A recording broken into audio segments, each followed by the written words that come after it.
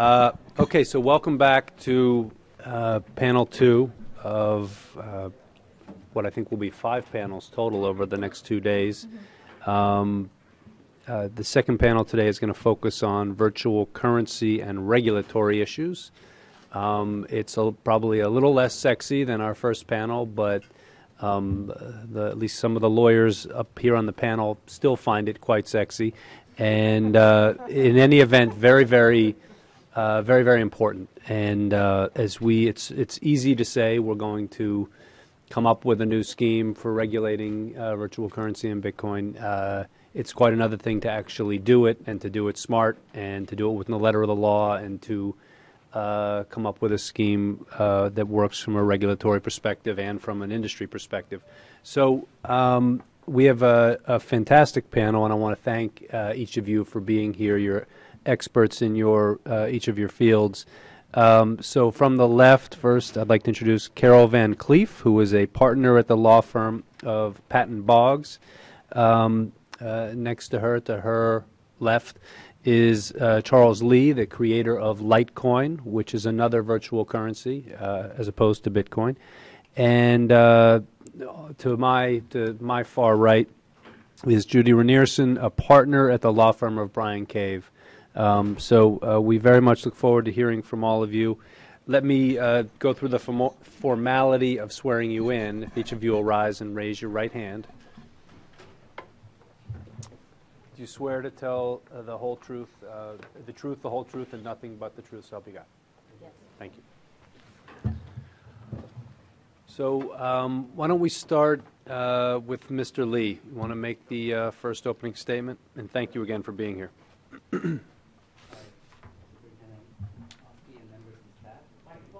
You want to have that green light on, or they're going to yell at you. Superintendent Lawsky and members of the staff, thank you for inviting me here. My name is Charles Lee. I hold a bachelor's and master's degree in computer science and electrical engineering from the Massachusetts Institute of Technology. I'm currently employed as a software engineer at Coinbase, which is a Bitcoin company. I'm also the creator of Litecoin. Litecoin is the second most popular cryptocurrency behind Bitcoin. It is sometimes referred to as silver to Bitcoin's gold. Litecoin is very similar to Bitcoin as it is a modified version of the open source code used in Bitcoin. There are currently 25 million total Litecoins in existence, with each Litecoin being worth about $21 today. This means that the Litecoin total value is a little bit over $500 million today. As we all know, Bitcoin was created by a mysterious person or a group of people named Satoshi Nakamoto. Unfortunately, I did not get a chance to meet Mr. Nakamoto before he disappeared in late 2010. So I cannot possibly represent his point of view on this topic today. But having created the second most popular cryptocurrency and lived through the ups and downs of the cryptocurrency revolution the past 2.5 years, I might have some insights into this evolving landscape that may be useful to you. And I'll try my best to answer all of your questions.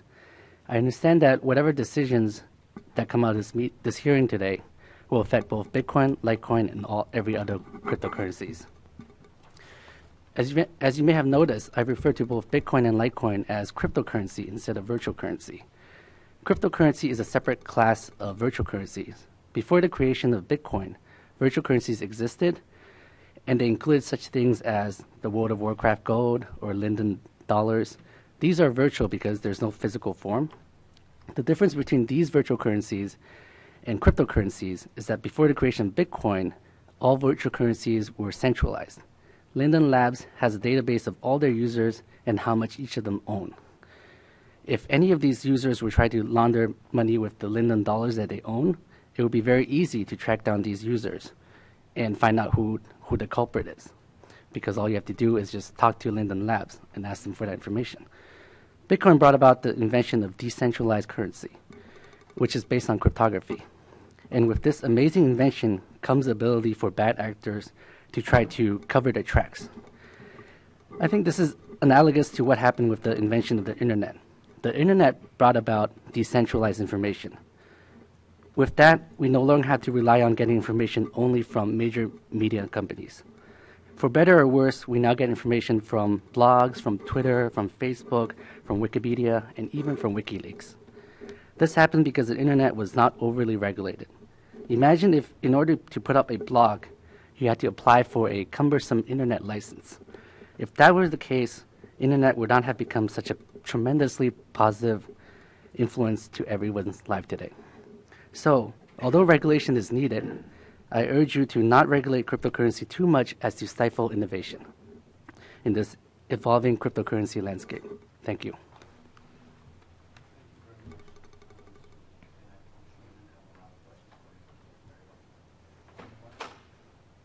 I don't have my light on. Ms. Van Cleef, why don't we turn it over to you for your opening statement? Thank you. My name is Carol Van Cleef. I'm an attorney who advises both traditional money transmitters and emerging payment companies, including those involved with digital and virtual currencies, on both state money transmitting licensing issues, anti-money laundering compliance, and consumer protection and disclosure issues. I appreciate the opportunity to testify today before the department and commend Superintendent Lawsky and his staff on this important initiative to address appropriate regulatory guidelines for digital and virtual currencies. I will discuss today a different type of digital currency that offers important contrast to Bitcoin and other decentralized digital currencies that Mr. Lee just discussed.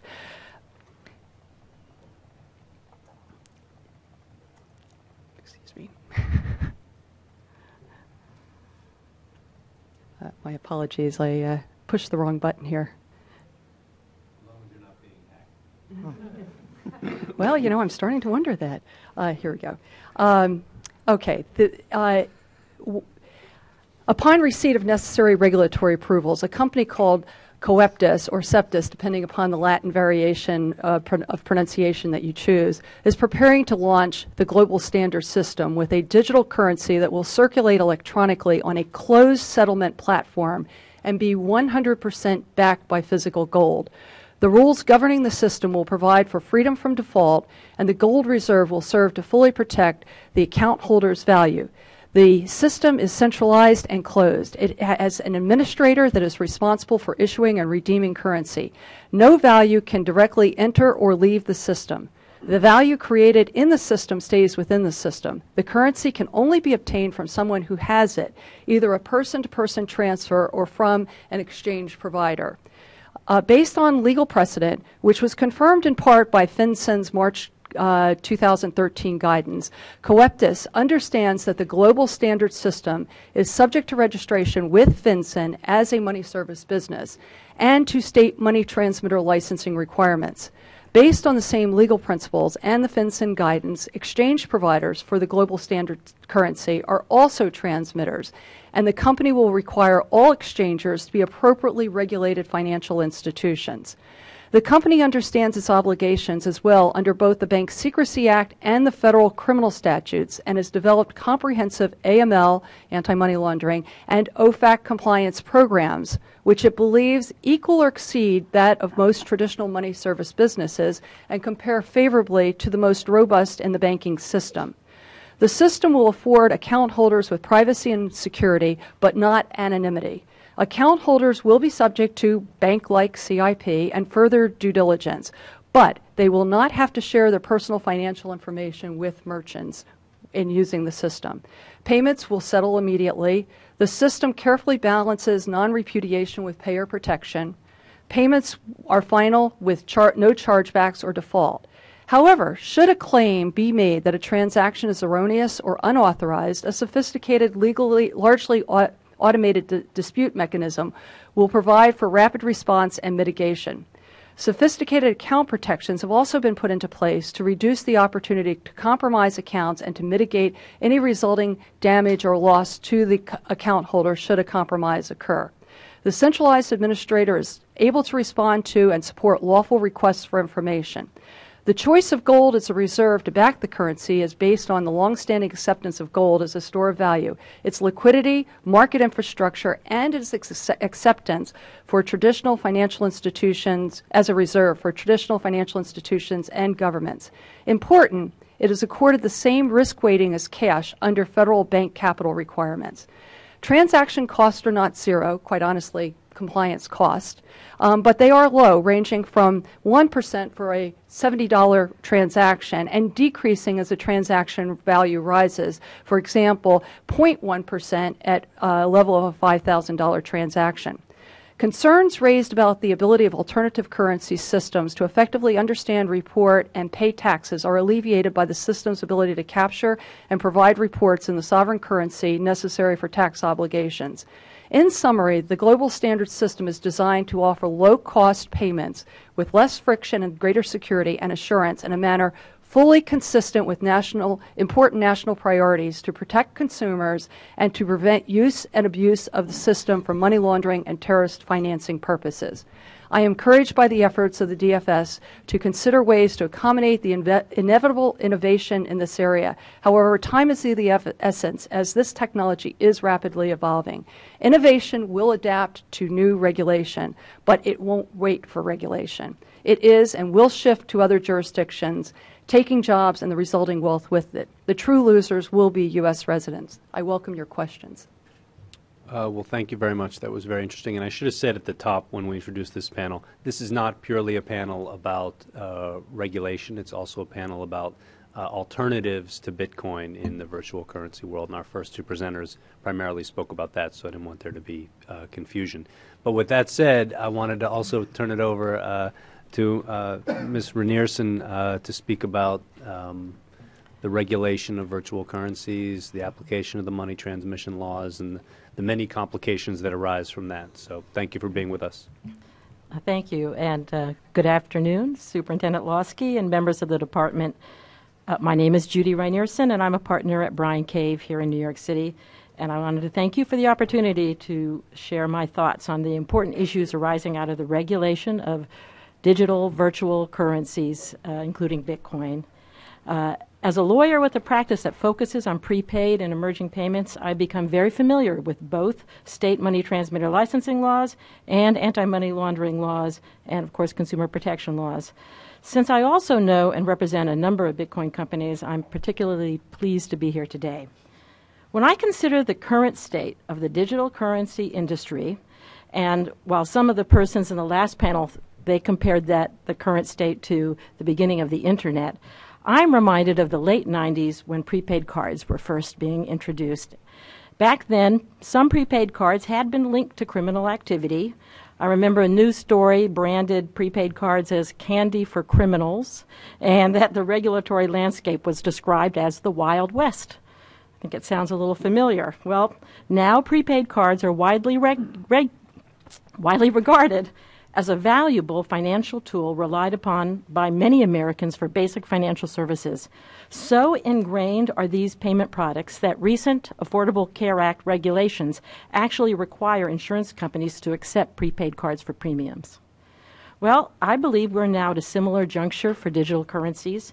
And like prepaid cards, I think digital currencies such as Bitcoin are useful and beneficial products that can become valuable mainstream products and be appropriately regulated. One thing about prepaid card regulation, however, that a lot of people have forgotten, was back in the mid-90s, the Federal Reserve Board actually issued a proposed rulemaking that would have imposed broad restrictions on prepaid cards that were not only very restrictive, but also they were not even technology neutral. The way that the laws were written, it would have encouraged some forms of prepaid, discouraged other forms of prepaid, and actually would have ended up skewing the development of that whole industry. Fortunately, calmer heads prevailed. A study was undertaken, and the decision was made not to commence federal regulation of prepaid cards at that time. So there was actually a little hiatus of time when there was very little federal regulation in the prepaid card world. Instead, the first true regulators in prepaid cards were the states. And in particular, state money transmitter licensing laws were applied. And just as these licensing laws were adapted to prepaid cards, I believe it is feasible to adapt the existing framework to sellers and exchanges of Bitcoin and other virtual currencies. To me, the most urgent need is to have the state ensure that these businesses are owned and operated by persons who understand payments and who are not criminals, terrorists, or fraudsters, and that each business has an effective anti-money laundering compliance program. And it's interesting, just as the people in the last panel talked about how useful it would be to have a safe harbor for startups, I think that's a a fabulous idea. I think it's really worth thinking about, as long as we make sure that these entities are not owned by crooks or criminals or fraudsters, have an AML compliance program.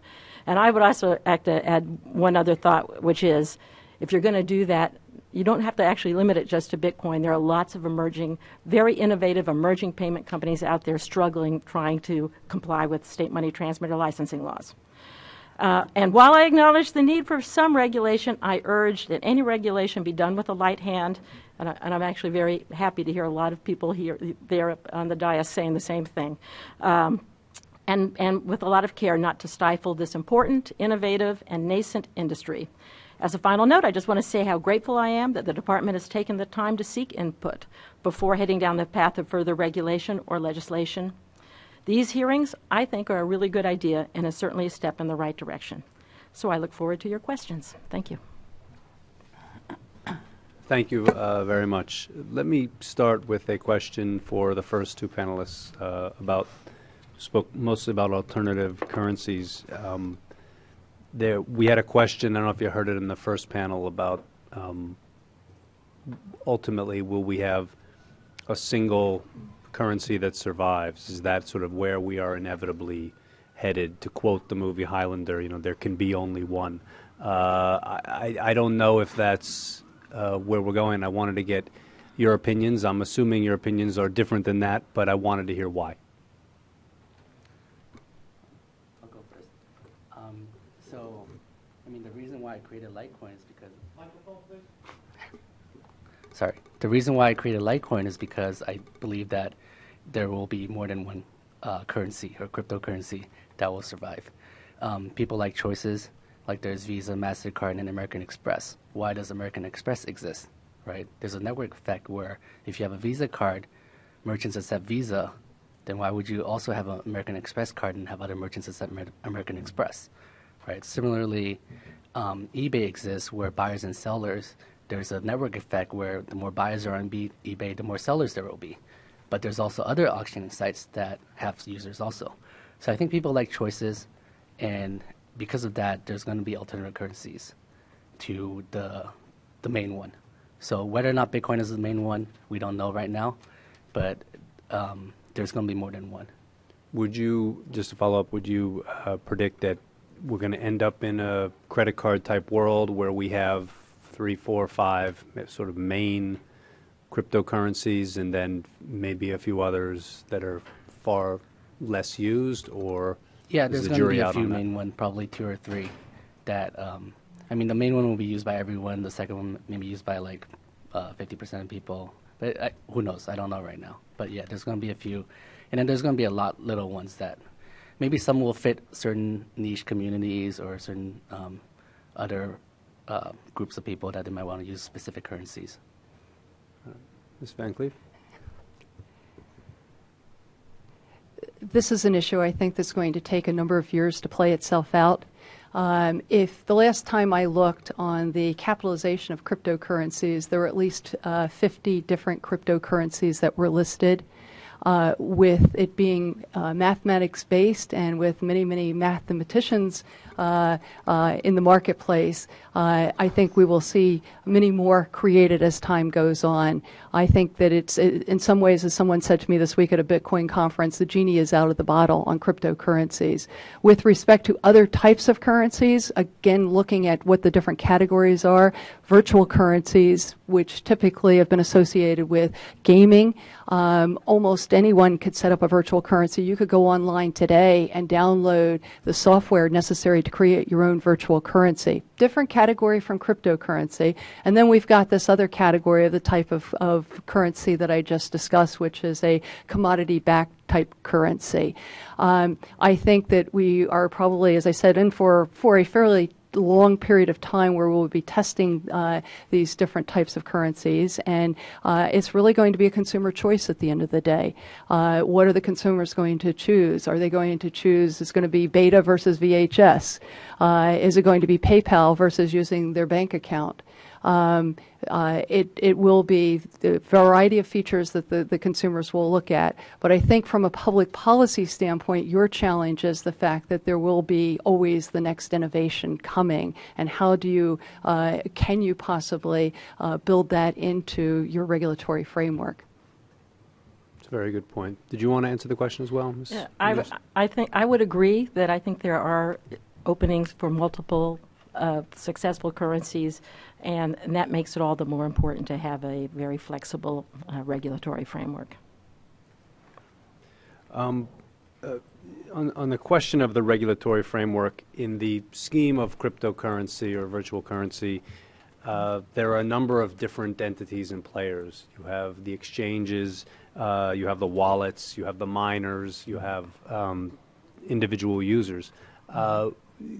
Can you opine on where we should draw the lines in terms of who should get touched by regulation, whether lightly or more heavily, depending on their roles, and if there are people in that chain who maybe should not be bumping into regulators too often? I'm assuming, for example, just individual users. Yeah. Well, I do think that the folks at FinCEN gave us a head start when they started thinking about exchanges, administrators, and users. I know that I mentioned in my testimony, I kind of look at virtual digital cryptocurrencies as something that's sort of under the water. If they're used on the internet for internet things, moving back and forth between other entities that also are issuing or selling cryptocurrencies, I don't see that as the regulated part. I see the risk comes when you get out of the water and you're up there. Once you hit the iceberg sticking out of the water, then it's time, because as soon as you can take these currencies and exchange them for a fiat currency, it really increases the risk considerably. So certainly the focus should be on exchanges, and I think that the FinCEN was right on that. But I also think a little bit when you think about the remittance world, when you have someone who holds a wallet and holds the value for purposes of sending it on to someone else, transferring it, I think that's the other category. I think for now, I think I would limit it to those two categories, and I would put a seller of cryptocurrencies into that same category. Someone who's selling them for another currency is really effectively a currency exchange. I do agree. I think someone mentioned it in the last panel as well, that merchants who are accepting bitcoins or similar currencies, I don't think that requires licensing. I would put them in a different category, but I would focus on the exchanges and the remittance companies. I would offer up, I don't disagree with much of what Judie said. I would look at the kind of role or function that each player is performing and match it up to what the public policy issues are. Are the public policy issues consumer protection? Are they protection from use and abuse for money laundering and other criminal purposes? I think at the end of the day, depending upon what type of regulation or reporting or registration gets put around each one of the players, that I think there needs to be a constant reminder of the obligations that any U.S. person has under the federal criminal statutes, which is not to be involved in the process of moving funds from involved in touching the proceeds of illegal activities, unlawful suspicious activity, and reinforcing that, because I think, as we saw in the case yesterday, you can have someone who is registered, could be someone who is licensed, but if they lose sight of the fundamental criminal statutes that you're just not supposed to be involved in illegal activity, there's nothing you can do as a regulator that will prevent that. So Bitcoin, Litecoin are peer-to-peer currencies. So I think sending money between two people shouldn't be really regulated. I don't think mining should be regulated, and even if you did regulate it, mining would just move overseas to another country. I think the only place you really need to regulate cryptocurrency is the exchange between cryptocurrency and fiat, and this is where all the money laundering would have to go through. So this is kind of like the bottleneck where all the all the illicit activities will go through. So regulate that, and I think that's going to be enough. And I'd like to agree with Charles. I didn't mention mining, but unless a miner is actually mining and selling or exchanging, I wouldn't require licensing for mining either, especially people who mine for their own use. Can I just ask a question on that? Because we did have. Yes, thank you. Sorry. I'd like to ask a follow-up question on that because we did have an interesting exchange before. Mining strikes me, at least, as a systemic threat rather than a consumer threat or a fraudster threat. And, I think from our perspective, we are concerned about systemic issues as well as how this, individuals interact with the currency. Is that something we should be worried about? Is there a way to get our hands around that threat? Because, maybe there's a back door somewhere in Bitcoin. Maybe there's a way someone can get in and destabilize the system as it exists and as people are depending upon it. So we take it up a level as well, and any insight on that would be tremendously helpful. So what kind of threat are you thinking about? Can you describe that a little bit more? Please, On. louder. Or louder. He has it on. Yeah, what kind of threat are you thinking about? To tick off a few, perhaps, as we said earlier in the day, some entity or organization would try to corner the market on the currency. The answer we got before was, well, that might take $700 million to do. Well, in the scheme of things, if you have a hostile nation or something of that sort, $700 million is not prohibitive. If you have a situation where someone wants to injure the blockchain, somehow disrupt it, corrupt it, so it would send everybody who's depending upon it into disarray. How is that, one, a significant concern, a realistic one, and two, is that something that a regulator can, in any kind of prophylactic way, try to prohibit? I actually don't think it's a huge concern that someone will be able to attack the blockchain. I think there are just so many people that are mining all over the world for profit that they're not going to attack the network. And in order for one person or one country to be able to attack the network, it will take a lot of resources, way more than... obviously, like, some countries actually can attack the network right now, but I think it's going to grow to a point where it won't be able to be attacked. And in terms of regulation, I don't understand why we would need to regulate it, because if, for example, Bitcoin is being attacked and actually someone managed to attack and destroy it, then another currency that's stronger than Bitcoin will likely replace it. Another currency that is more resistant to a 51% attack, for example, would replace this technology. Well, I guess it's an immediate concern because there'd be a lot of value in the balance if the system were disrupted, especially if it gets to the point in time that everyone is hoping it will, when it's a global exchange of value and someone to come pull the plug on it, I could see that would have a disruptive effect on economies. What the U.S. government can do is actually join the network and help protect it.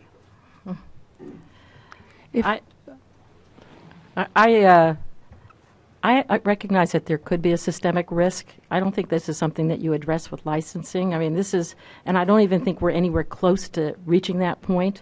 But I do think that this is something that government is going to want to keep an eye on.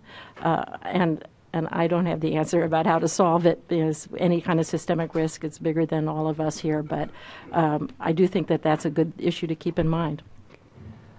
I would ask if the risk is really any different than the risk of buying the currency of any particular country that may be subject to an overthrow in the government, a coup, whatever type of a change, where parties would come in and take it over.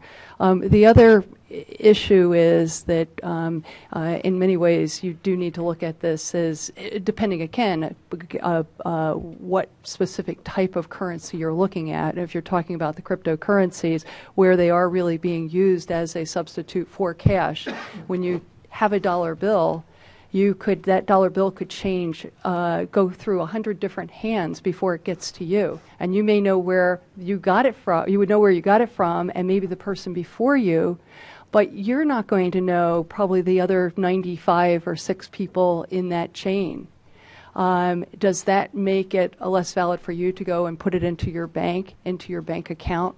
So it's looking from a regulatory perspective as putting some of the, looking at extending some of the protections and controls that we put around cash to the cryptocurrencies at the point of entry and exit into the regulated financial systems.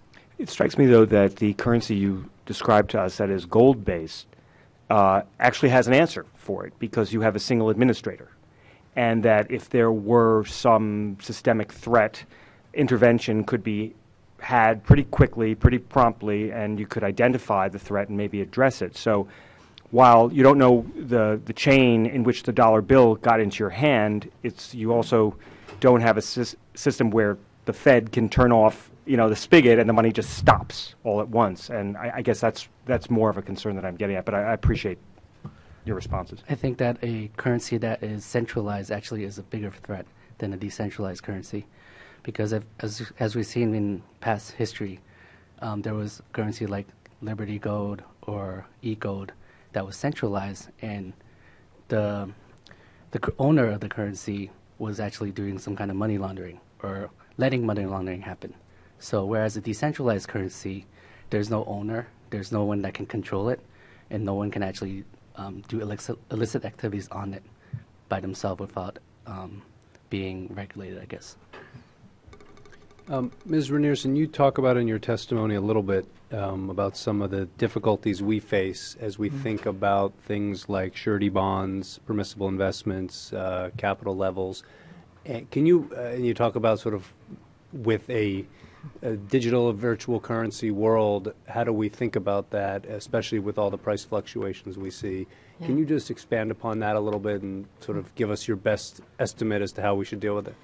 Happy to do that. And this is a topic I've been spending a lot of time thinking about. This is hard stuff. I have to admit, the first time I had a client approach me about getting a money transmitter license as a Bitcoin exchange, I just remember thinking, okay, let's just, fill out the forms, get a money transmitter license. But then you start thinking about what the repercussions are. I see sort of 4 major purposes of the licensing laws. One is to make sure that the people running it know what they're doing. 2 is to make sure that they're not crooks, criminals, fraudsters. 3 is to make sure that they have the resources, the money, net worth. And then 4th is all these protections built up for consumers. And I think those first 2 issues, making sure they know what they're doing, have the requisite expertise to understand payment laws, to understand what an AML compliance program is all about, and doing that background check is incredibly important. New York is one of the most thorough background checks out there, and it really makes a difference, I think, as a consumer, knowing that you're dealing with a company that's on the up and up. But the other 2, the financial issues, are really difficult. And I have to admit, I've been talking with some other folks about, okay, what do you do on a net worth? If the net worth is entirely in a virtual currency or a cryptocurrency, is that good enough to meet the requirements of the law? I sort of came out, I went back and forth on this. I think basically no, that the net worth requirements have always been placed in U.S. dollars, and you're going to need to have some net worth of U.S. dollars. But I think the department should be open to thinking about crediting at least some of the pool of the cryptocurrency, perhaps looking at the value of it on an average over a period of time to reduce the risk of volatility and so I think that's what you might do for the net worth. When it comes to, and similar for the bonds, I think you're still going to need a bond. The bond's going to have to be in U.S. dollars, at least at this point. I don't think there's any other kind of bonds out there. Again, to come out with the amount of the bond, you're going to have come up with some kind of average over a period of time because of the volatility. And then the third is the permissible investments.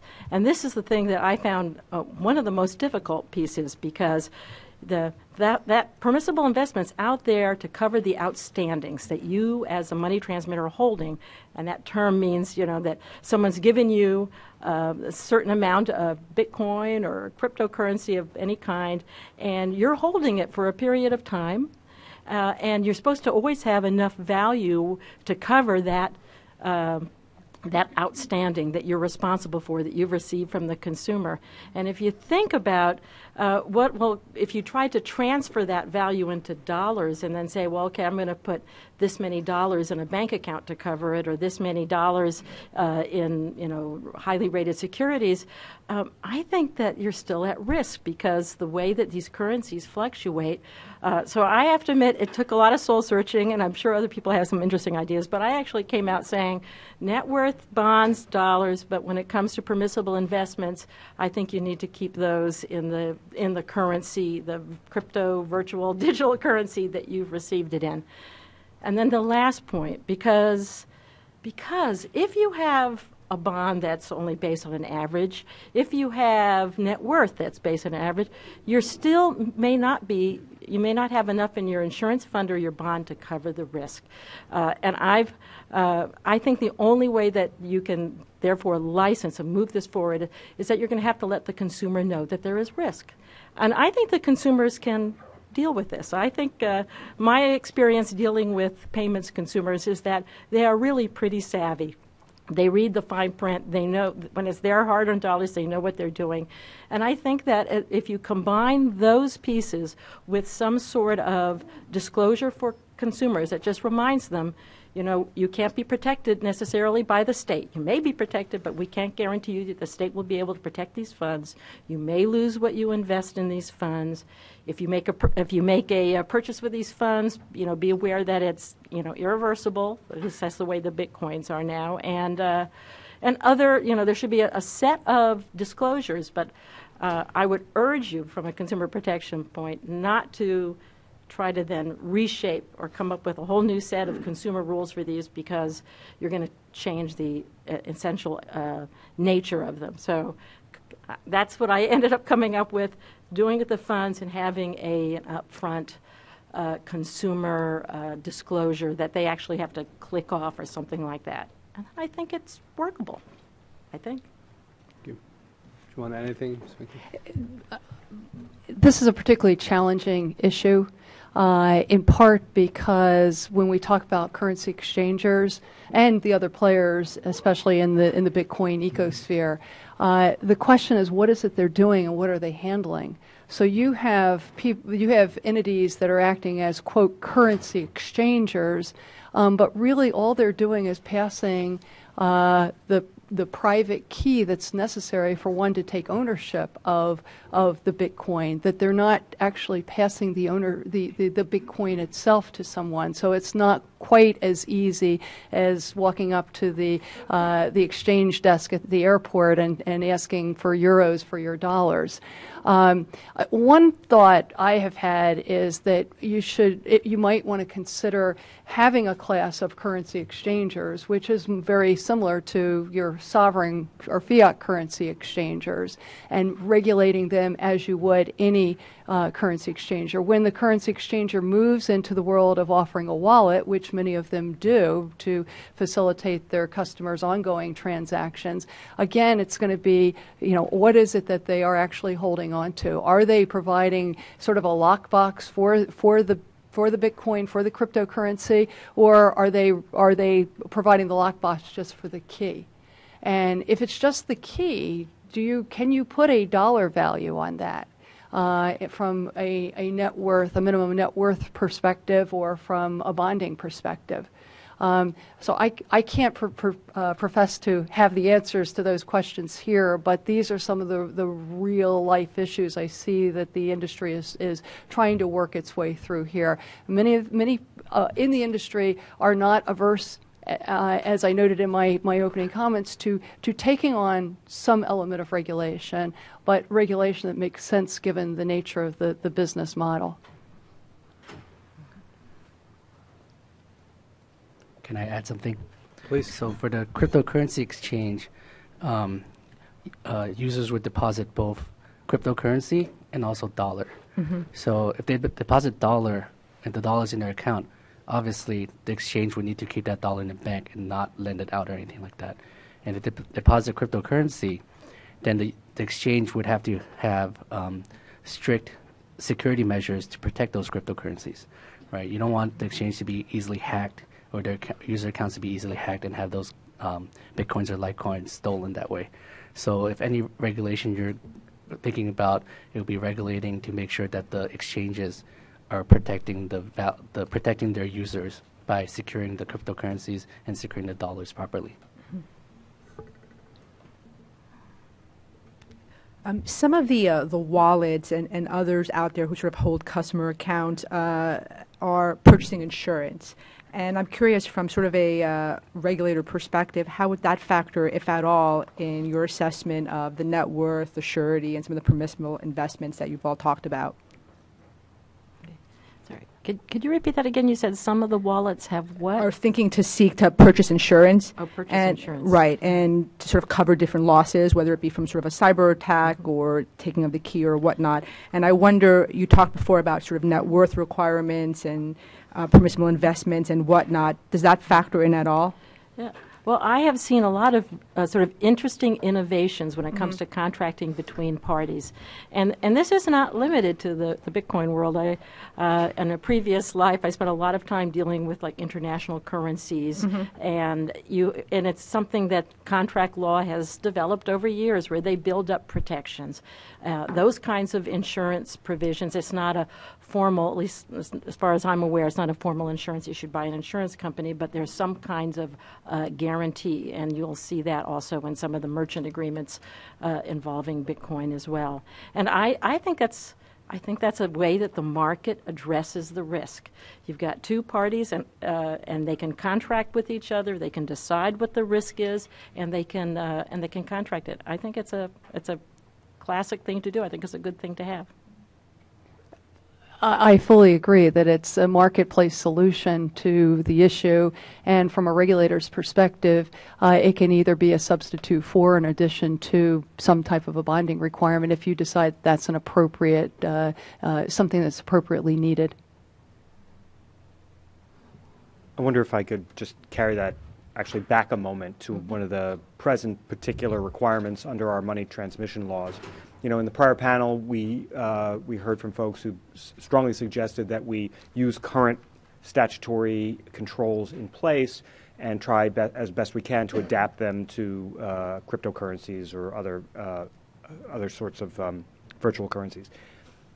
In New York, and there is an insurance fund, as you just mentioned. Yep.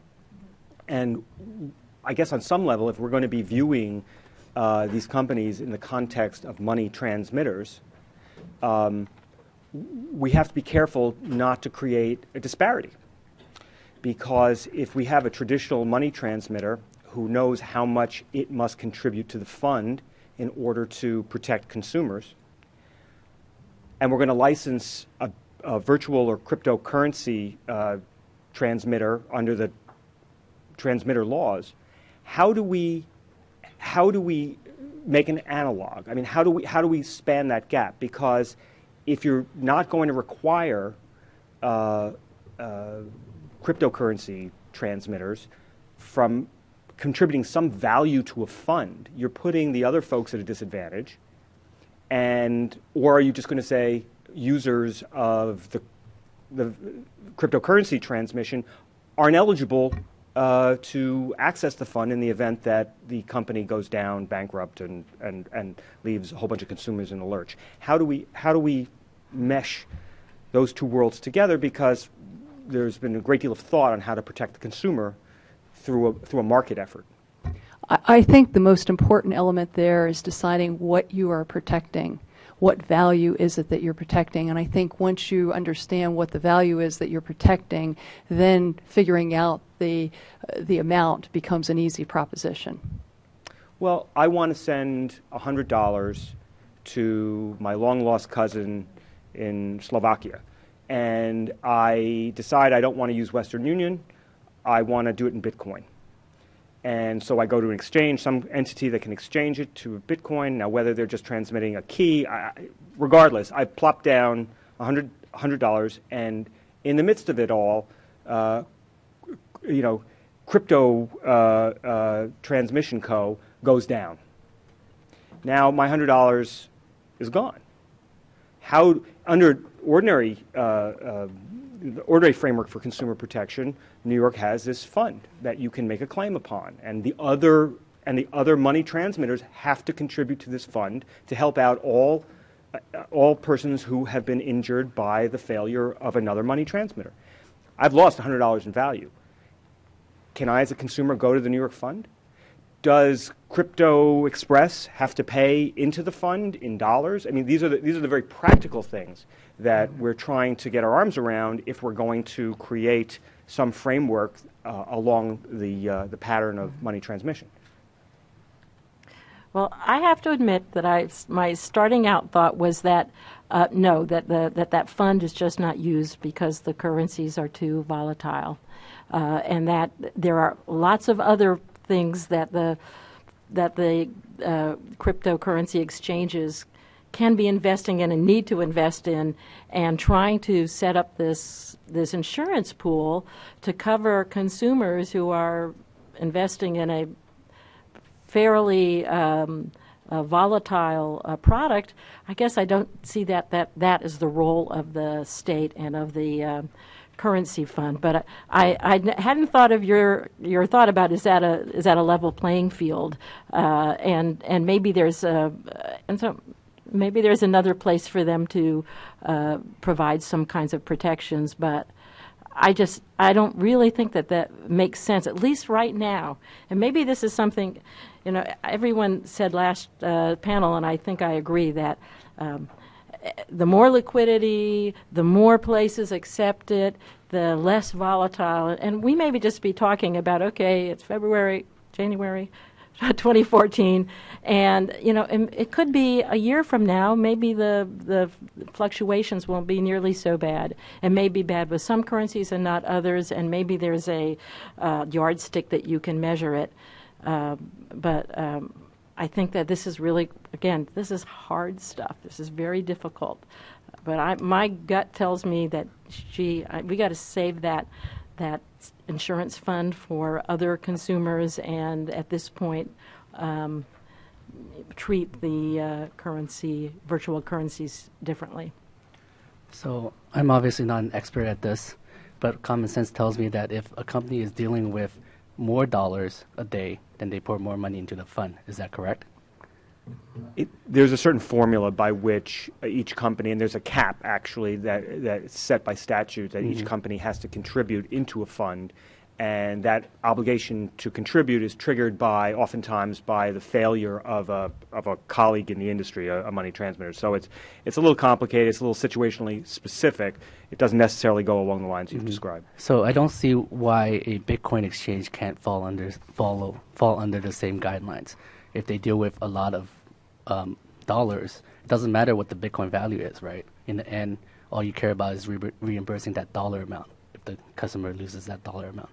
So if an exchange deals with $1 million a day, then they would pour more money into that fund.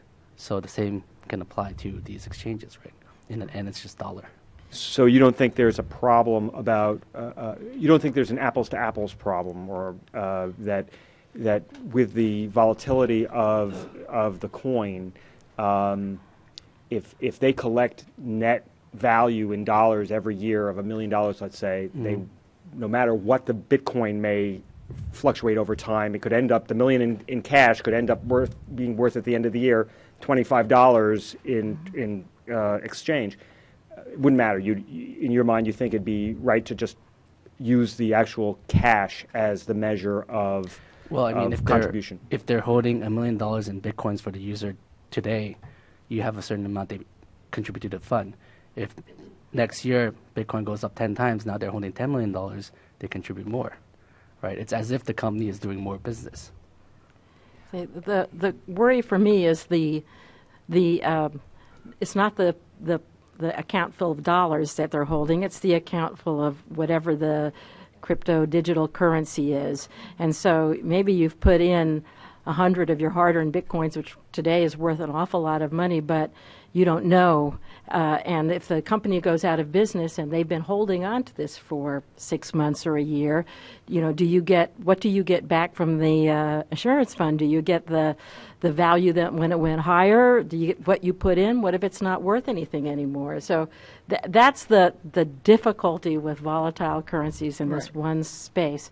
I agree that to the extent that you're holding dollars, and that almost is classic money transmission without worrying about the virtual digital currencies. But it's this pool of other currencies, which is really it's a difficult problem.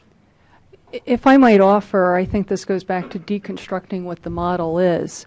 So if someone walks into a Bitcoin currency exchange or a crypto express, as you would say, and hands over $100, do they get back immediately the equivalent in Bitcoin that they would then send on to their relative? In that case, that's a pure currency exchange function, and there is no holding of value.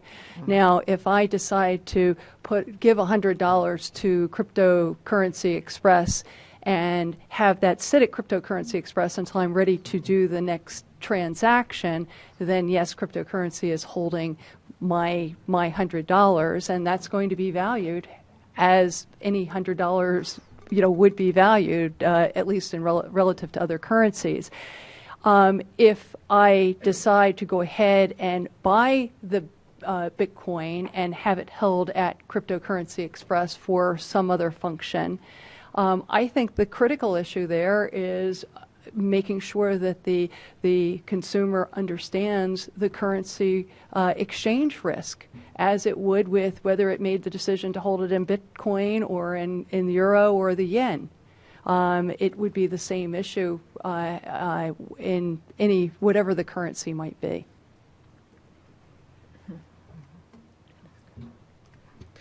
The question's for Mr. Lee. You created Litecoin presumably because you saw a need.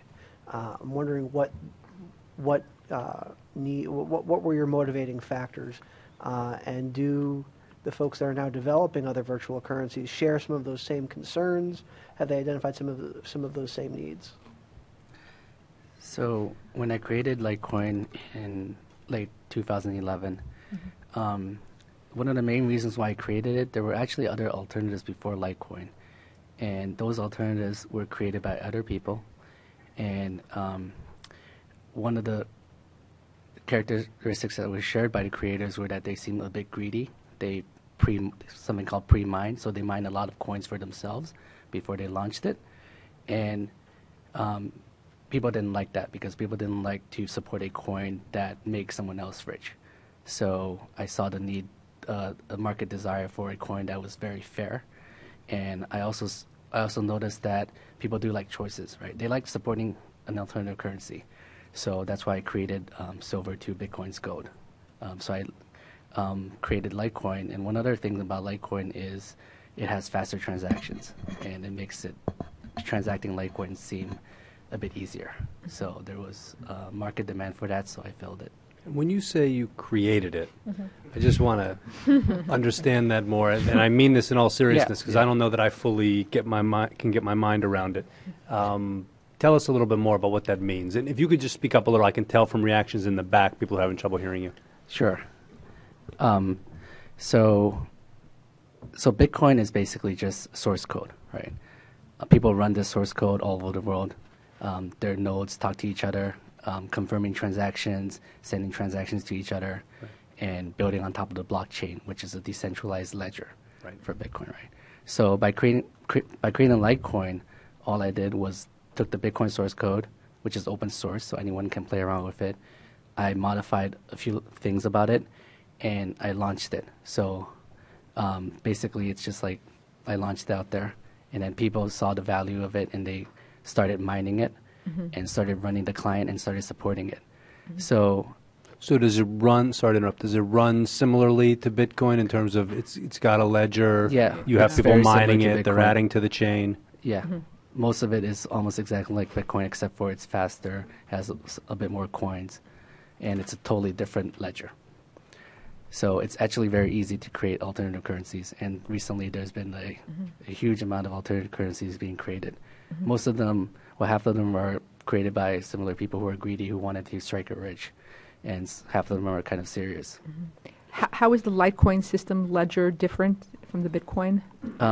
The difference is blocks happen 4 times faster. Okay. So every 2.5 minutes, on average, you get one more block onto the ledger. And a block contains a bunch of transactions that happen between the last block. Has the mining for Litecoin become as sort of laborious or require the amount of computing hardware that Bitcoin has now, or is it sort of running behind? It's hard to say. It's hard to compare. So Bitcoin mining is dominated by what they call ASICs hardware right now, and Litecoin mining is mostly GPU mining. So people running their GPU cards mining Litecoin. So people are not using the same hardware to mine both coins. So I guess it's kind of hard to compare what's harder. You can possibly compare how much money it takes that's being spent to mine. Right. And I've actually haven't done that number calculation to compare the Bitcoin cost versus Litecoin, but I would assume Bitcoin cost is a bit higher than Litecoin cost. And do you, in your altering of the Bitcoin code, did you place a limit on the number of Litecoins that are ultimately going to be mined, or is that? Yeah, so the growth rate for Litecoin is similar to Bitcoin, and the limit is 4 times more coins. So there's 84 million total Litecoins at the end versus 21 total Bitcoins. Can you, since we have you on that issue, I mean, can you talk a little bit about, it's something we didn't get to in the first panel, but the notion of having a limit ultimately on the amount has all kinds of interesting and potentially problematic or potentially not impacts on the currency over time. Can you just talk a little bit about that? Sure. So Satoshi Nakamoto, when he designed the coin, I believe he modeled it after gold. So a lot of the terms are similar to gold, where there's like mining, there's production, and then so he wanted a coin that kind of plateaus after a certain amount, right? So gold is similar. There's only a fixed amount of gold on Earth, and it costs more and more to dig gold out of the ground as gold becomes less scarcer, right? So similarly, Bitcoin and Litecoin, there's a fixed amount, and it gets harder and harder to actually mine those Bitcoins and Litecoins. And in the end, it would plateau towards a specific number. And for Bitcoin, it's 21 million. Can I ask you, recently there has been some reporting in the press about how many natural resources are required to mine. Is Litecoin a greener cryptocurrency? I mean, is there a way to regulate that? Because we understand that some miners, I think, are migrating to northern climes because they can use geothermal energy, which is cheaper. Is it, in all seriousness, is this something that ought to be considered either as a financial factor or as a broader environmental factor? It is true that it costs a lot of energy to mine a Bitcoin or a Litecoin. And some people tend to think that the energy is not actually wasted because it's really used to secure the blockchain, right? It's actually doing something very useful. It's providing a lot of value to have a decentralized blockchain that would record everyone's transactions and prevent anyone from undoing those transactions. I'm not suggesting any judgment on it, except to say that the folks have reported that it leaves a very large carbon footprint. It burns a lot. So is there a way to control that, I guess, is really more my question. As technology evolves, is there a way to limit the need for such a vast amount of electricity to run the mining operations? With Bitcoin, there isn't. There is some alternative currencies have been experimenting with different ways, different mining algorithms. So some of them are trying to find algorithms that are actually useful, right? Some people are trying to see if we can have mining actually cure cancer, for example. So if you can actually have mining that actually does real work, does protein folding or something similar that's useful to society, then that would be better. So people are constantly researching, thinking new ways to make cryptocurrency more green, so to speak. Thank you. You're now making my head explode. I want you to I'm going to cure cancer and mine coins. It's a little beyond me. But God bless. More questions? Has mining for Litecoin moved out of the hobbyist phase? I mean, is it possible for someone to still sit there with an ordinary computer in their home and mine Litecoin? Yes, you can still do that with Litecoin. And I guess my other question is, you had mentioned earlier that there are going to be, you could envision 3 or 4 successful cryptocurrencies coming to the fore. Do you think that Bitcoin will be sort of a first among equals in that? And what are going to be some of the characteristics of those successful coins? I guess it's hard for me to predict right now. In the end, the market will decide what currency provides enough value to be useful for people to support. Right. Currently, Bitcoin is the main one. I mean, as the first one, it added tremendous value. Basically, it's something that's totally new, and a lot of people support it. In the future, I can't say. Right.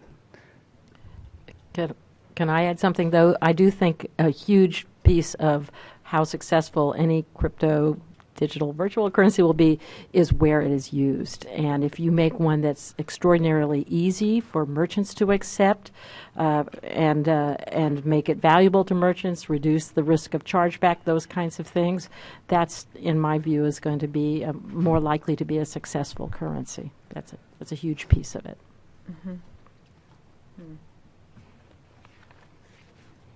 Sort of a separate question, and I probably should have asked it to the first panel, but I didn't get a chance to. One thing I've struggled with is understanding what it means to say that virtual currency is a programmable currency. What's one of the positives people mention for the future of digital currency is it's programmable. Can any of you expand on exactly? Well, I know it when I read it. I can read the words, but I'm not sure I'm grasping the advantages that brings. And maybe we should start with you, Mr. Lee, since you look most confident as I say this. So Bitcoin is actually built. It's more complicated than just a currency.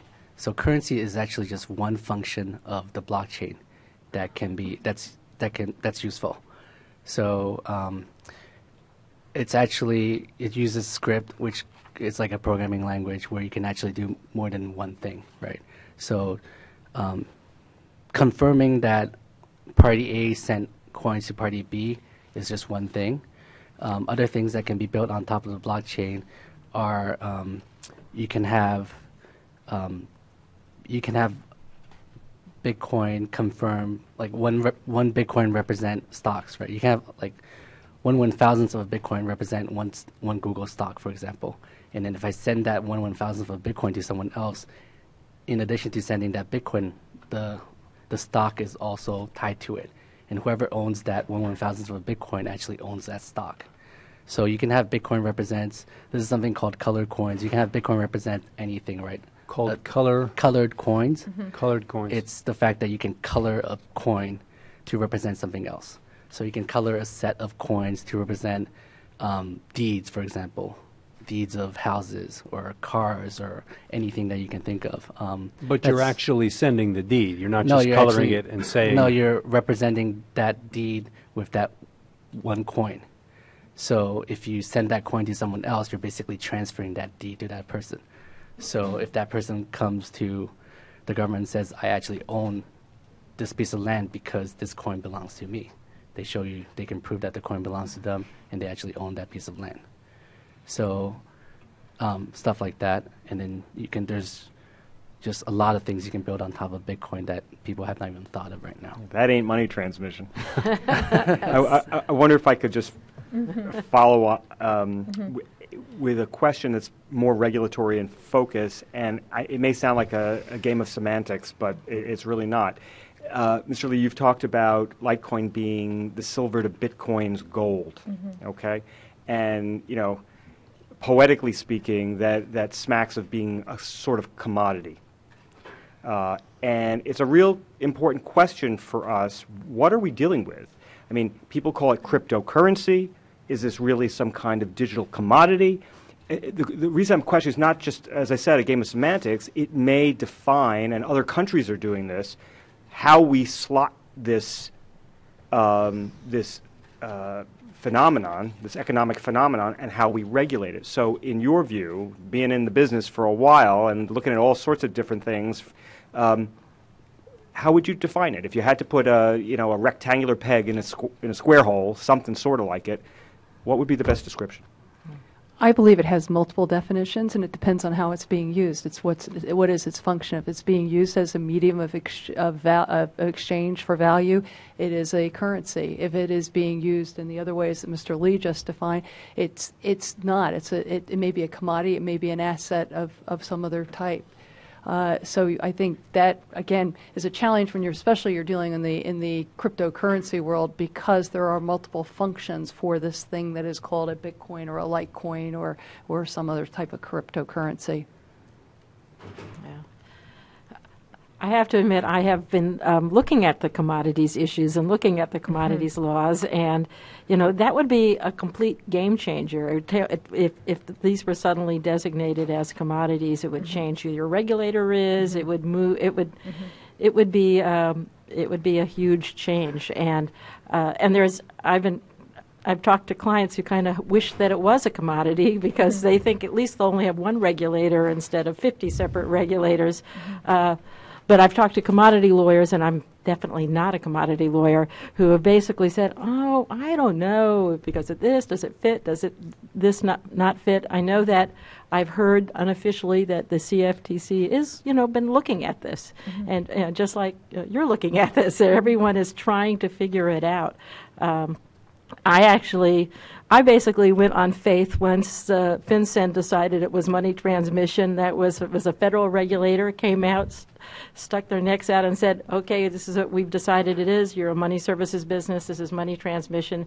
And at least that gave us, some, stake in the ground that we could hold on to. Otherwise, as people would talk about, nailing jello to the wall, it just felt so amorphous. So I'm comfortable with that, money transmission, but I agree with Carol and Charles that depending on what the function is, it may not always fit in that. When you're using these products to as a payment mechanism to move money from one person to another person, I'm very comfortable with the FinCEN's determination and the money transmission. But whether it always fits, that's a difficult question. I mean, this is the first time I'd ever heard about the colored coins moving deeds and things. So I was like, whoa, that's a different world. So I think that cryptocurrency is not really commodity, it's not really currency, it's not really asset, it's kind of all the above. So I think we have to come up with a new term for it. In the end, cryptocurrency is actually just ownership. You can just prove that you own a piece of those coins. And when you send Bitcoins to another person, you're actually just transferring that ownership of that coin to the other person. So it could be, the coin could represent anything. Right now, people use it to represent money, right? Bitcoin is valuable. You can represent, like I said, you can represent deed, you can represent anything you want. So in the end, it's ownership. Thank you. Actually, can you just explain to me how do you prove ownership in all those different scenarios? So cryptocurrency is, it uses cryptography to, for each Bitcoin, let's say you own, you have the private key to the Bitcoin, and the Bitcoin has a public address. You have an address that can hold Bitcoins, right? You have a public address and a private key. The fact that you have that private key and no one else does means you're the only person that can actually transmit those Bitcoins to someone else. So that's ownership. When you have the key and no one else has, then you own those coins.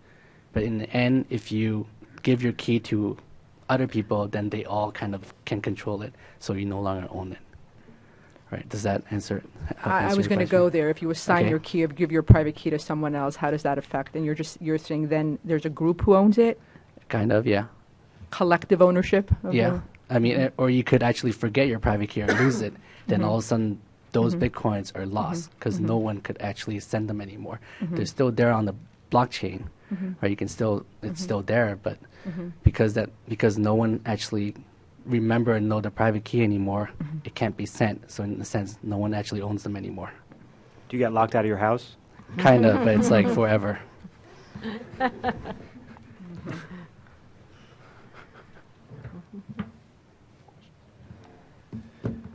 Can you, and I don't know if all of you or lawyers up there, can you talk more, it's less an issue for us, but I think it's something that's important about the potential tax issues that we're going to have to face, or the IRS is going to have to face down the road, and what you foresee there, problems, issues, et cetera?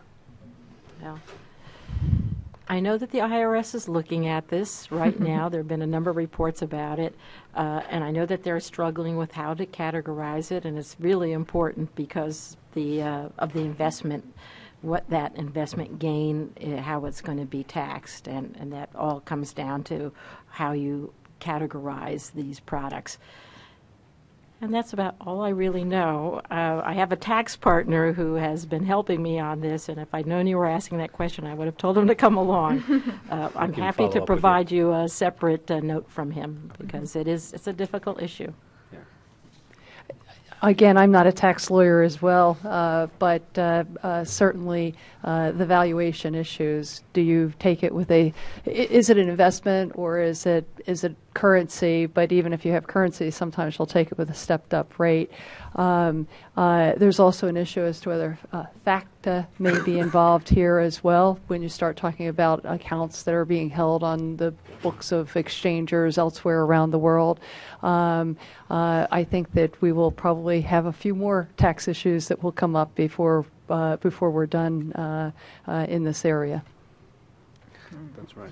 In terms of taxing gains on cryptocurrency, it's kind of similar to stock, right? Your stockbroker will tell the IRS when you sell a stock or when you buy a stock, and you would actually have to also self-report and tell IRS how much you paid for the stock and how much you sold it and how much you made off of it. Similarly, Bitcoin exchanges likely will have to tell the IRS when someone sells or buys Bitcoin or Litecoin or whatnot, and then it's up to the person to also self-report their gains on it. So I don't really see that there's going to be much problem with respect to this new technology.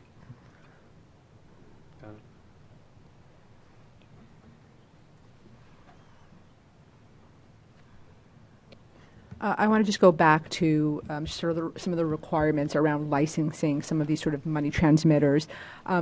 We do examinations of our sort of money transmitters, or licensed money transmitters, and I guess I would sort of put out to all of you, do you think that there are sort of certain requirements or anything that should be specifically tailored during our examination process for virtual currency, for entities that are engaging in virtual currency? I did address this briefly. It does seem to me that a lot of those requirements are very similar. 2 to 4 months before the exam, you send a list of documents you want. You're going to want to look at transaction records. You're going to want to look at financial records. You're going to want to look at litigation and complaints. You're going to send in your examiners who are going to kick the tires. One of the questions that I had was how many of these operations, especially the exchanges, have full customer service setups and things like that, or how many of those do these things offshore. But they're still, no matter where these functions occur, if you're based and you're licensed in any state, then one of the things that a state always requires is, I don't care what kind of money transmitter you are, you better have, if you're under exam, you have to have a place in the United States where the records will be, where you can send your people to review it. And I guess I see that process would be followed with a Bitcoin exchange. One of the things that I'm not sure about, and this is because I'm not as much of an operational person, is how the reviewing things like testing transactions and monitoring transactions, how that would work. I've been told that there are comparable ways that you can look at. I mean, certainly we all know that you can follow every Bitcoin, on the public ledger so that you can see those things. But when you're talking a particular exam for a particular exchange, what records they keep. I think that you're in a little bit of a new world when it comes to that, and I think they're going to be looking to you to say, okay, what records do you want us to keep? And you're going to have to, and again, trying to do this with a light hand, trying not to make it so voluminous and burdensome that no one can possibly comply with it without investing gazillions of dollars would be nice. But I think that from what I understand, again, talking to my clients, is that they think this is doable. If you send them a list of records, they will make sure they're available. It will be incumbent upon the examiner to understand the business model that they are looking at and to walk in and think that every exchanger is going to look the same, or in the case of the central administrator, that one central administrator is going to look the same as the next. There will be definitely a learning curve in understanding the particular model and the type of issues that the examiner will need to focus on. In terms of the books and records, I think the advantage is that these are all being built off of highly sophisticated technology platforms, and so the ability to keep, to store, and retrieve records should be probably much easier than in sort of the old-fashioned traditional money transmitter setting, especially where you have multiple agents that you're dealing with. It will tend to be more of a centralized examination because you typically won't have the agent networks to deal with. On the other hand, to the extent you've got a central administrator, you may have issues that come up with having multiple exchanges off of that one system. So there will be a number of issues that will have to be wrestled with and understood appropriately in going into these examinations, but I don't see there being any particular problems sitting out there in understanding them. You may have valuation issues like we talked about earlier. What are the balance sheets going to look like? That type of thing. These are the issues that I know people who are in the process we're working with to file applications and get and have approvals. That these are the real world issues that we're now facing. I'd like to add one other thing, though. It's important. I mean, the industry, when prepaid cards first came out, when mobile payments came out, the industry has always been happy to do training with examiners through the CSBS, through FFIEC, and I'm sure I can speak for the industry that we would be happy to help if there is training that needs to be done for examiners that we can help. Because it's going to be, as Carol rightly said, it's going to be a learning curve. A certain sector of the traditional money transmitter industry is bricks and mortar. And there are all the paper messages that go with the transfer and all. To what extent do you think the companies that you're representing now are going to be accessible to the under or non-banked population? People go and get transfer money, send MoneyGrams, what have you, on the corner.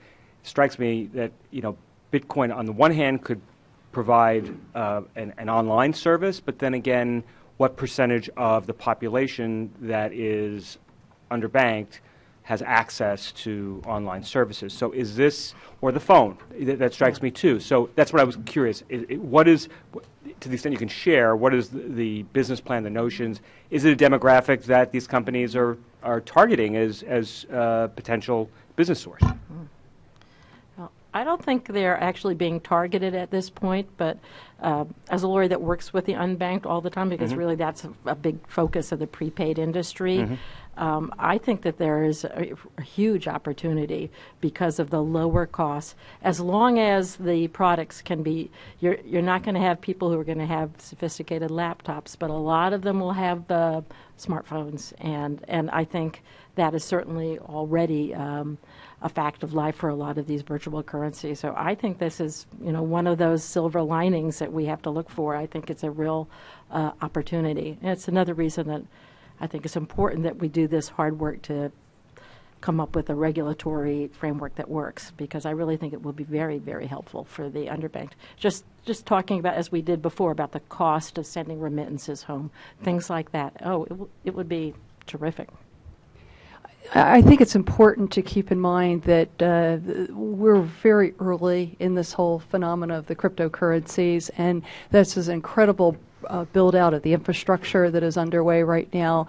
And even observing what's happened in the last 6 or 8 months, it's like light years in terms of development. We're seeing all sorts of tools, apparatus that are coming into the marketplace that are going to help reach out to a variety of segments of the economy.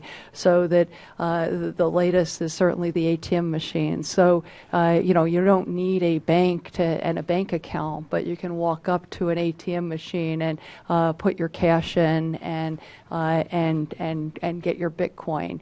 And again, as Judie said, if you've got that cell phone, if you've got some channel device to the internet that you can then access your account and manage your account, you're good to go in conducting a transaction. So I think it's more the limitation of the channel device, the channel of the mobile phone or the computer that's going to be more limiting than anything to the underbanked and unbanked. I think that Bitcoin is really a revolution. It can really help the underbanked. So Bitcoin is a new form of currency where you actually it's push, right? The traditional form of payment is you use a credit card. It's kind of a pull payment where you swipe your card, the merchant has your card information, then they just pull however much they want from your credit card. And with Bitcoin, you actually have to authorize. You have to authorize exactly how much you want to send to who. Right. So being push, there's actually a lot of interesting kind of ways people can receive money that you couldn't previously before. For example, recently a college kid held up the QR code.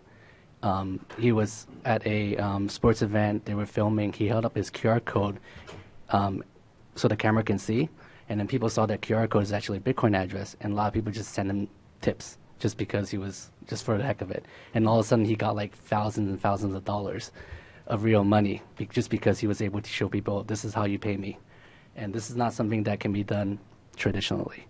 One other example is, like the ATM example, right? You can go to a Bitcoin ATM, put in some cash and get some Bitcoins. Or you can think of a, let's say a soda vending machine, right? Instead of swiping your card, it shows your QR code that you send Bitcoins to. You can use your phone, type in or scan the QR code, send Bitcoins to the address, and out comes your soda. But what if you don't have Bitcoin on you, right?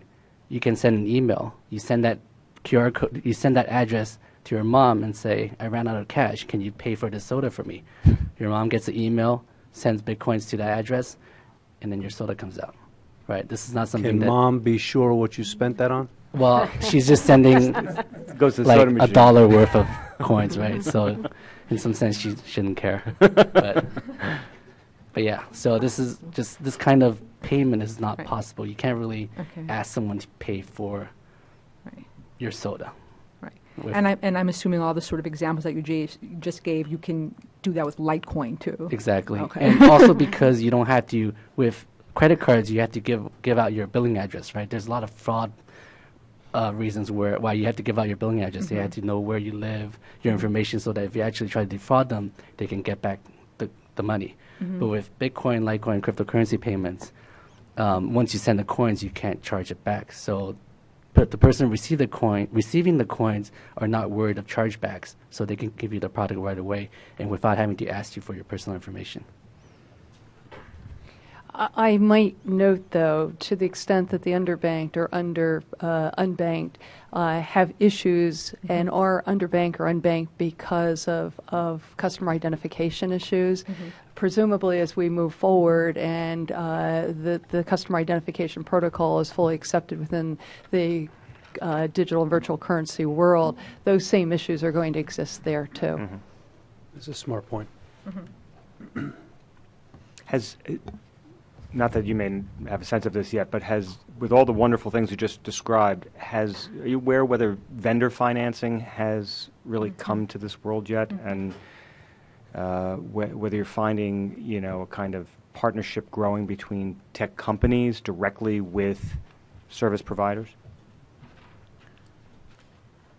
My sense is that there is. I can't give you any definite examples. I was talking to a consultant who was extolling the virtues of micro currency uses and transactions, and he was clearly working with some companies investigating ways that they could very quickly and easily move, I think this was Bitcoin payments, and in the very, like tolls, things like that. So there are opportunities.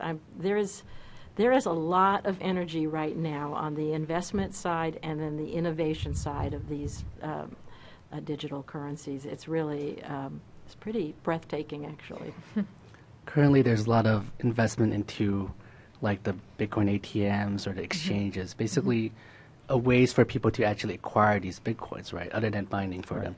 So once people are able to get these Bitcoins, then they would want to spend them.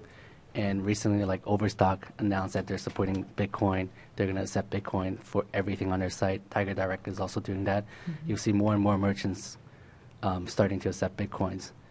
And it's a kind of a network effect. People are able to get Bitcoins. People can spend Bitcoins. And merchants have low fees, no risk of chargebacks. And it's basically a win-win for everyone. The reason I ask is this morning we heard from some angel investors who have been collecting trusts, and we talked, creating trusts, and we talk about how they're saving or hoarding coins, and that creates a kind of weird dynamic in terms of promoting the expansion of Bitcoin as a usable object in some sense. I guess it was late 90s when we saw the grand expansion of wireless telephony.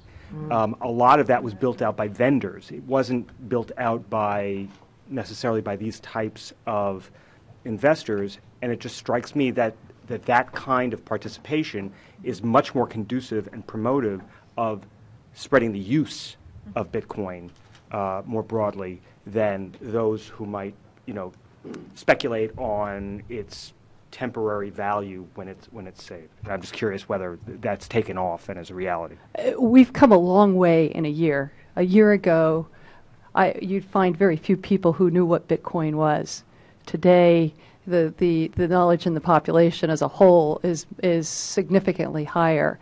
I think that Mr. Lee's comment was absolutely right, that as people become more aware of it, there's going to be more demand for its use, and people will be thinking about how they can use it.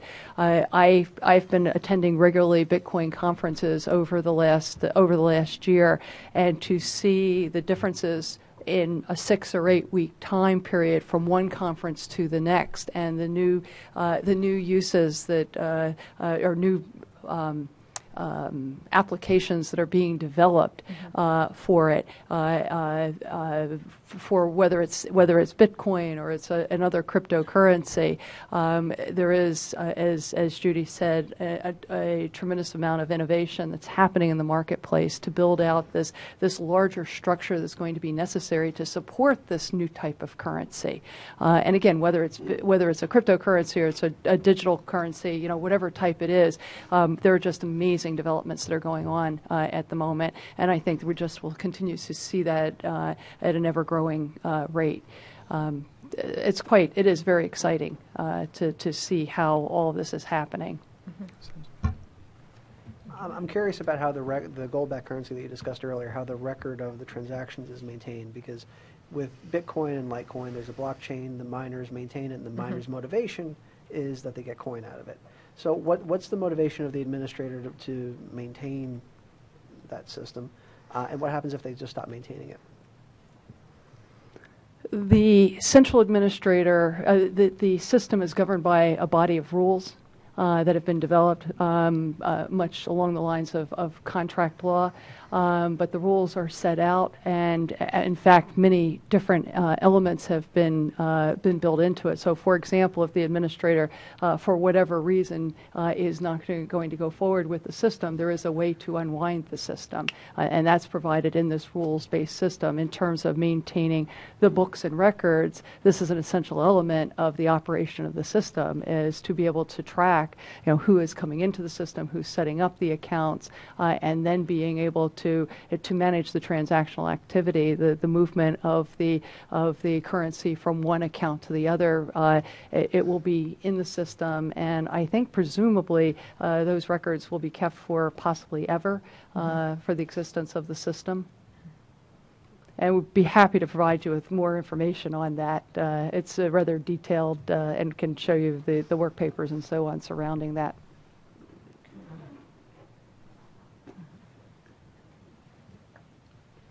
Okay. Well, we only have 3 panelists for this panel, so it went a little faster than the last one. Thank you all very much for some very insightful, smart, interesting testimony. Tomorrow we have 3 more panels. We're going to start the morning off at 10 a.m. with a law enforcement panel. We'll have Cy Vance, the Manhattan DA, here. We'll also have the number 2 from the Southern District of New York, a guy named Rich Zabel, who's a fantastic lawyer and prosecutor. We're then going to have a panel of merchants primarily, including Overstock.com will be here. We'll hear from them. And then lastly, we're going to end with a very scintillating academic panel, which we'll get into a lot of very interesting, maybe big picture issues about the past, present, and future of virtual currencies. So again, thank you all for taking the time today. Those of you who are coming back tomorrow, we look forward to seeing you. And thanks again to our panelists who spent a lot of time testifying and preparing. We really appreciate it. Thank you.